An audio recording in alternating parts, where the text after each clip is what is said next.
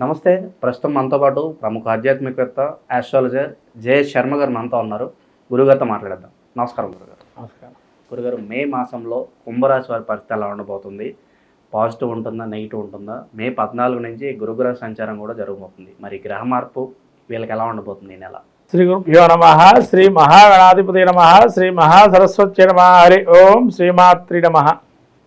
ముఖ్యంగా మే మాసం, ఈ యొక్క వైశాఖ మాసము, మన కుంభరాశి యొక్క ఫలితాలు చూసుకున్నట్లయితే ధనిష్ట నక్షత్రం 3-4 పాదాలు, శతభిష నక్షత్రం 4 పాదాలు, పూర్వభాద్ర నక్షత్రం 1, 2, 3 పాదాలు ఈ యొక్క కుంభరాశికి చెందినవి.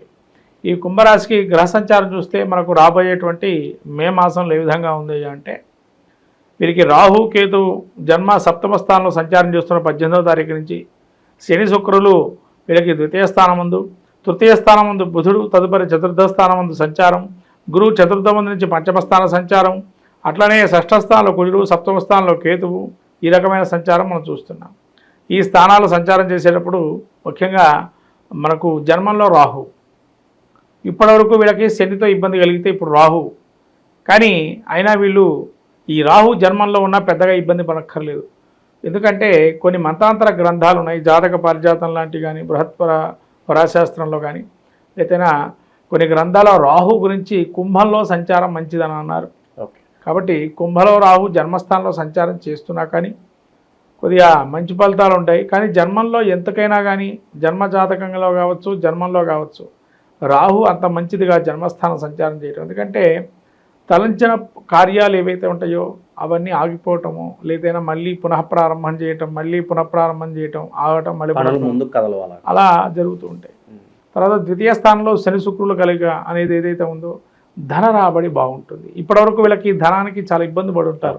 ఈ ఏలినాటి శని ప్రభావం మొన్నటి వరకు కూడా, ఏదైతే ఇప్పుడు కూడా ఏలినాటి శని ప్రభావం ఉన్నా కూడా ద్వితీయ స్థానంలో శని సంచారం చేస్తున్నారు కాబట్టి నూతన గృహారంభ, గృహప్రవేశాదులు, వివాహాది కార్యక్రమాలకి చాలా యోగదాయకంగా ఉంటుంది. ఎందుకంటే ద్వితీయంలో శుక్రుడు కూడా ఉన్నాడు. కుటుంబంలో ఇప్పటివరకు ఇబ్బంది పడుతున్న భార్యాభర్తలు కావచ్చు, ఒకందుకు వాళ్ళకు ఒక పరిష్కార మార్గం అనేది వస్తుంది ఇక్కడ శని శుక్రుడు కలయిక వల్ల. అట్లా బుధుడు వీళ్ళకి 3వ స్థానం సంచారం చేస్తున్నాడు. కొద్ది బుద్ధిమాన్యం అయితే ఉంటుంది, అంటే ఆలోచన ధోరణి కొంత తక్కువగా ఉంటుంది. ఇప్పటికీ ఆలోచిస్తారు కానీ రేపటికి ఏంటి అని ఆలోచన ఉండదు. ఆ ఆలోచన చేయటం వల్ల మంచి కలిగే అవకాశం ఉంటుంది, కానీ ఇప్పుడు అయిపోతే సరిపోతుంది కదా ఆలోచిస్తారు. ఫ్యూచర్ గురించి ఆలోచన చేస్తే కనుక ఇంకా చాలా బాగుంటుందని. తర్వాత గురువు వీరికి పంచమ స్థానం సంచారం చేస్తున్నాడు. గురువు యొక్క దృష్టి జన్మస్థానంలో పడుతుంది, అట్లనే ఏకాదశంలో పడుతుంది. కాబట్టి లాభదాయకంగా ఉంది గురువు యొక్క అనుగ్రహం. కాబట్టి కుంభరాశి వారికి పంచమ స్థాన సంచారం వల్ల గురువు యోగదాయకంగా ఇస్తున్నాడు. అలానే వీరికి యొక్క సంతానం సంబంధించి కానీ, ఇప్పటివరకు కూడా ఉద్యోగంలో ఇబ్బంది పడుతున్నా కానీ హైక్ రాకపోవటం కానీ ఇలాంటివి ఇవన్నీ కూడా వచ్చే మంచి సూచనలు ఉన్నాయి. తర్వాత వీళ్ళు ఏదైనా అనుకున్న మార్పులు కూడా జరిగే అవకాశం ఉంటాయి. స్థాన మార్పులు కావచ్చు, లేకపోతే ఇప్పుడు ఇక్కడ ఎంత బాగాలేదే ఉద్యోగంలో కూడా మార్పులు చేద్దాం అనుకున్నా కూడా మార్పులు చేసే అవకాశం, ఉద్యోగ మార్పులు కలిసి వస్తుందంటారా? ఉద్యోగ మార్పులు కలిసి వస్తాయి. ఎందుకంటే వీళ్ళు ఇప్పటివరకు కూడా కొంత సంపాదించుంటారు. 20-30 వేలు అనుకోండి ఒక మాట. వీళ్ళు అనుకుంటారు 35-40 పైకి వస్తే బాగుండు అని. అది ఖచ్చితంగా 40కి వచ్చే అవకాశం ఉంటుంది. ఈ సంవత్సరం అంతం లోపల ఖచ్చితంగా వీళ్ళకి మంచి జరుగుతుంది. ఈ యొక్క మాసంలో గురువు సంచారం మొదలుతోనే స్టార్ట్ అవుతుంది. వీళ్ళకి కూడా కొద్దిగా పరిజ్ఞానం పెరగటము, మనం ఏ విధంగా ఉండాలి, మెలకువలు నేర్చుకోవటము, తర్వాత మంచి మాటల సత్ప్రవర్తన, అందరిలో మంచి పేరు తెచ్చుకోవటం, సభా మర్యాదలు చూడటం, ఎక్కడికి వెళ్తే మర్యాదలు తీసుకోవటం, అంటే వీళ్ళు కూడా అట్లా రెస్పెక్ట్ ఇవ్వటం, లాంటివి అన్నీ జరుగుతాయి. ఇవన్నీ కూడా గురువు అనుగ్రహం బాగా ఉంది కుంభరాశి వారికి పంచమ స్థానంలో. కుజుడు 6లో ఉన్నాడు కాబట్టి రుణ రోగాదులు, ఇక్కడ ఏంటంటే 6లో రోగం, ఏదైతే రోగం ఇచ్చేవాడైనా తీసేవాడైనా కుజుడే. కాబట్టి రోగం వచ్చినా తాత్కాలికమైనటువంటి రోగమే, అంతే తప్ప అప్పటికప్పుడు వెళ్ళిపోతుంది అది. ఇంకోటి వచ్చినా కూడా హృద్రోగము, హార్ట్ పేషెంట్లకే ఇబ్బంది తప్ప, హార్ట్ పేషెంట్ లంగ్స్ పేషెంట్కే మిగతా ఏ ఇబ్బందులు ఉండవు. ఈ హార్ట్ లంగ్స్ ఇబ్బందులు పడుతున్న వారికి జాగ్రత్తగా ఉండాలి, వాళ్లే కాస్త ఇబ్బంది పడే అవకాశం ఉంటుంది కుజుడి వల్ల. తర్వాత ఈ కేతు వీళ్ళకి సప్తమ స్థానంలో సంచారం చేయడం వల్ల వీళ్ళు ఏది మాట్లాడినా అవతల మనిషి సగమే అర్థం చేసుకోవటం, ఇంకా సగం అర్థం కాకపోవటం, పూర్తిగా చెప్పలేడు. పూర్తిగా దీని ఎక్స్ప్రెస్ లీడరు వాళ్ళు కూడా అంతే అంతేనా అంతేనా అన్నట్టుగానే ఉంటుంది. అంటే అలా వాళ్ళ హావభావాలు కూడా అలానే ఉంటాయి. తర్వాత సప్తమంలో కేతు ఉండటం వల్ల ఏంటంటే ఇంకో విషయం మీరు ఇందాక అడిగారు, భార్యాభర్తల సంబంధాలు ఏ విధంగా ఉంటాయని. కొన్ని సంబంధాలు వీళ్ళు ఇప్పుడు ఏమవుతుందంటే ఇదివరకు కాలంలో ఏళ్ళనాటి శని ప్రభావంలా కొన్ని ఇబ్బందులు ఉంటాయి. ఇప్పుడు ఏమవుతుంది అని అంటే శని శుక్రులు యోగప్రదంగా ఉన్నారు, గురువు కూడా యోగంగా ఉన్నాడు. ఇప్పుడు ఏమవుతుందంటే కొత్త పరిచయాలు ఏర్పడటం మొదలైతే ఈ కొత్త పరిచయాల వల్ల ఏంటంటే వీళ్ళకి కొంత జ్ఞానం ఏర్పడుతుంది. అదేంటంటే ఈ కొత్త పరిచయాల జ్ఞానం ఎలా ఏర్పడుతుందంటే వాళ్ళు కూడా సద్భావంతో ఉంటారు. అంటే వీళ్ళకు మంచి చేస్తే మనం మంచి జరుగుతుందనే ఒక ప్రయత్నంతో ఉంటారు. కాబట్టి అలా సద్భావంతో మంచి జరుగుతుంది. కాబట్టి వీళ్ళు భార్యాభర్తల మధ్యగా ఏమైనా సమస్య ఉన్నా పరిష్కారం అయ్యే అవకాశం ఉంటుంది. అలానే వీళ్ళు పెళ్లి కావాల్సినటువంటి వారికి కూడా వివాహ ప్రయత్నాల్లో ఉండే love marriage come arranged marriage ఉన్న వాళ్ళకి కూడా యోగదాయకంగా ఉంటుంది ఈ కుంభరాశి వారికి. అయితే గృహ ప్రవేశాలు కూడా ముందుకు వెళ్తాయి. ఇప్పటివరకు ఈ ఏళ్ళనాటి శని ప్రభావం ముందుకు వెళ్ళకపోవచ్చు, ఇప్పుడు వెళ్ళే అవకాశం ఉంటుంది. గురువు మారిన తర్వాత వీళ్ళు శుభ కార్యక్రమానికి యోగదాయకంగా ఉంది. ఎలాంటి వ్యాపారాలు బాగా కలిసి వస్తాయి గురుగారు వీళ్ళకి? వ్యాపారంలో మనకు జాతక చక్రంలో ప్రత్యేకంగా ఒక గ్రహాన్ని తీసుకోవాలి. ఇప్పుడు ఇక్కడ వ్యాపారం గురించి చూసుకుంటే మాత్రం యోగదాయకంగానే ఉంది, లాభాలు మాత్రం ఖాయంగా వస్తాయి. ఎలాంటి వ్యాపారాలు బాగుంటుంది అనేది వ్యక్తిగత జాతకంలో చూడాలి. అయితే ఒకవేళ మనం తాత్కాలికంగా ఇట్లా గ్రహస్థితి చూసుకున్నప్పుడు ఏంటంటే కొందరికే బాగుంటుంది అని చెప్పచ్చు. ముఖ్యంగా స్వర్ణకారులకి, న్యాయ వ్యవస్థలో ఉండేటువంటి వారికి, న్యాయం ఆర్జించేటువంటి వారికి, ధర్మ మార్గంలో ఎంచుకునేటువంటి వారికి, ధార్మిక సంస్థల్లో అధినేతలకి, తర్వాత ఈ గురువు ఇంకోటి ఏంటంటే హాస్పిటల్స్లో స్పెషలిస్ట్గా కొన్ని రోగాలకు ఉంటారు కదా, వాళ్ళల్లో ముఖ్యంగా చెప్పాలంటే లివర్కి సంబంధించి, తర్వాత మళ్ళీ కిడ్నీలకు సంబంధించి వాళ్ళకు యోగదాయకం ఉండే అవకాశం ఉంటుంది. తర్వాత ఇంకా చెప్పాలంటే ధార్మికంగా కొన్ని గుణగణాలు ఉండేటువంటి వారు ఎవరైతే ఉంటారో వాళ్ళ ప్రబోధనలు, ప్రవచనాలు, యజ్ఞాది క్రతువులు లాంటి చేసే బ్రాహ్మణత్వం అనేక వాళ్ళకి యోగదాయకంగానే ఉంటుంది ఈ కుంభరాశిలో ఉండేటువంటి వారు. ఇక కోర్టు సమస్యలు, పోలీస్ స్టేషన్ చుట్టూ తిరిగే వారికి ఏమన్నా మంచి ఫలితాలు ఉండబోతున్నాయి అంటారు? కోర్టు సమస్య పరిష్కారం వస్తుంది. ఎందుకంటే గురువు ఎప్పుడైతే లాభాన్ని చూస్తున్నాడు, తర్వాత అక్కడ వీళ్ళకి న్యాచురల్గా పంచమాన్ని కూడా చూస్తున్నాడు, అంటే వీళ్ళకి వీళ్ళకి భాగ్యస్థానాన్ని చూస్తున్నాడు పంచమంలో ఉండి, కాబట్టి కోర్టు సమస్య పరిష్కారం అవుతుంది. ఓకే, చాలా విషయాలు మంచిగానే ఉన్నప్పటికీ పలానా విషయాలు వీళ్ళు చాలా జాగ్రత్తగా ఉండాలంటే ఏం చెప్తారు గురుగారు? ముఖ్యంగా వీళ్ళకి ఈ రవి చతుర్థమందు సంచారం చేస్తున్నాడు, శత్రుక్షేత్రగతులై ఉన్నాడు.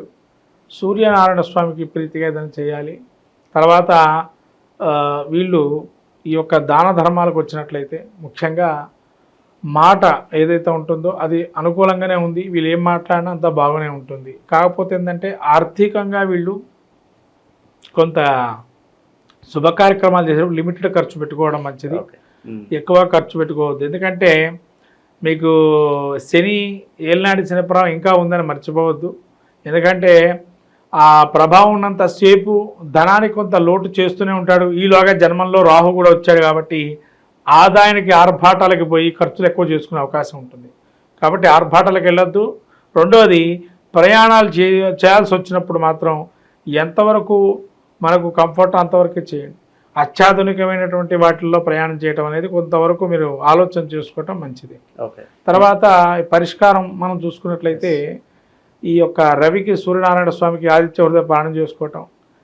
ఇక శక్తి ఉన్నవారు ఎవరైనా కానీ జన్మ జాతకంలో గ్రహస్థితి మహర్దశ అంతర్దశలు చూసుకోవటం, తద్వారా దీన్ని కూడా పరిష్కారం చేయడం. ఇదేంటంటే తాత్కాలికంగా మనకు ఈ నెల వరకే చెప్తున్నాము.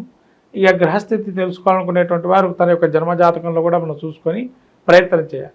ఇందులో మాత్రం వీళ్ళు ఏం చేసుకుంటే బాగుంటుందంటే సుబ్రహ్మణ్య క్షేత్ర దర్శనము, సుబ్రహ్మణ్య ఆరాధన చేసుకోవటం వల్ల మంచి ఫలితాలు ఉంటాయి. గ్రామదేవతకి, దగ్గరలో ఉండేటువంటి గ్రామదేవతకి వేపాకు మండలిని ఎప్పుడు ప్రతి ఆదివారం రోజు కట్టడం మంచిది. మనకు ప్రతినిత్యము కూడా రాశి ఫలితాల్లో అంతర్భాగంగా ప్రతి ఒక్కరి జిజ్ఞాస ఏంటంటే ఈ నెల మనం ఏం చేసుకుంటే బాగుంటుంది, ఏ వ్యాపారం మొదలు పెడితే బాగుంటుందా, లేదా మనం ఏ విధంగా ఉంటే బాగుంటుంది, వాటి యొక్క గుణగణాల్లో ఏ విధంగా మనల్ని ఇబ్బంది పెడుతున్నారా, లేదా మనల్ని పొగిడే వాళ్ళు ఎంతమంది ఉన్నారు, అయితే ఈ విధంగా అనేక రకాలైన సమస్యలకి పరిష్కార మార్గమే రాశి ఫలితాలు.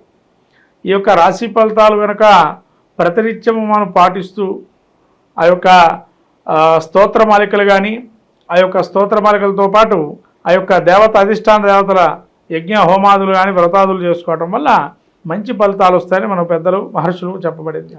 అట్లాగే ఈ యొక్క రాశి ఫలితాలకు వచ్చినట్లయితే ప్రతి మాసం ముందు ఎట్లయితే ఫలితాలు చెప్పుకుంటున్నామో అలానే రాబోయేటువంటి మాసమైనటువంటి వైశాఖ మాసము, ఈ యొక్క మాసంలో దీన్ని మనం మే నెలలో ఈ యొక్క ఫలితాలు రాశి ఫలితాలు ఏ విధంగా ఉంటున్నాయి, ముఖ్యంగా చెప్పుకోవాల్సిందంటే అతిపెద్దటువంటి మాసం విష్ణుప్రీతికి అతిపెద్ద విష్ణుప్రీతి అయినటువంటి మాసము ఈ యొక్క వైశాఖ మాసం.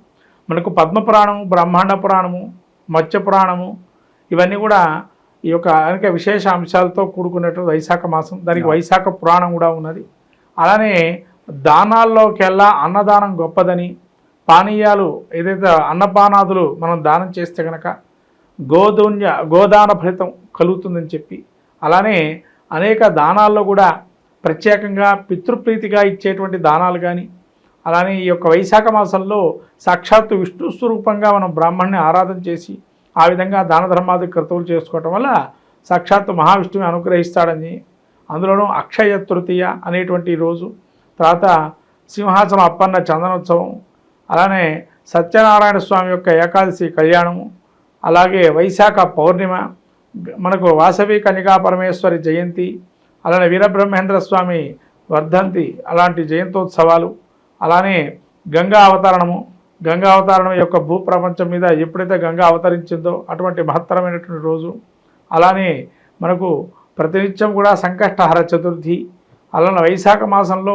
అనేక దివ్యమైనటువంటి యోగాదులు ఇవన్నీ కూడా కూడుకున్నటువంటి మాసంగా వైశాఖ మాసం ఉంటుంది. ఈ వైశాఖ మాసంలో మీరు శంకర జయంతి, తర్వాత రామానుజుల జయంతి లాంటి ఉత్సవాలు కూడా అనేక చేస్తుంటారు. ఇదేంటంటే మనకు మన సనాతన ధర్మాన్ని ప్రబోధించేటువంటి గురువుల యొక్క ప్రత్యేకమైనటువంటి జయంతోత్సవాలు ఇలాంటివన్నీ కూడా జరుగుతున్న అత్యుత్తమైనటువంటి మాసం వైశాఖ మాసం.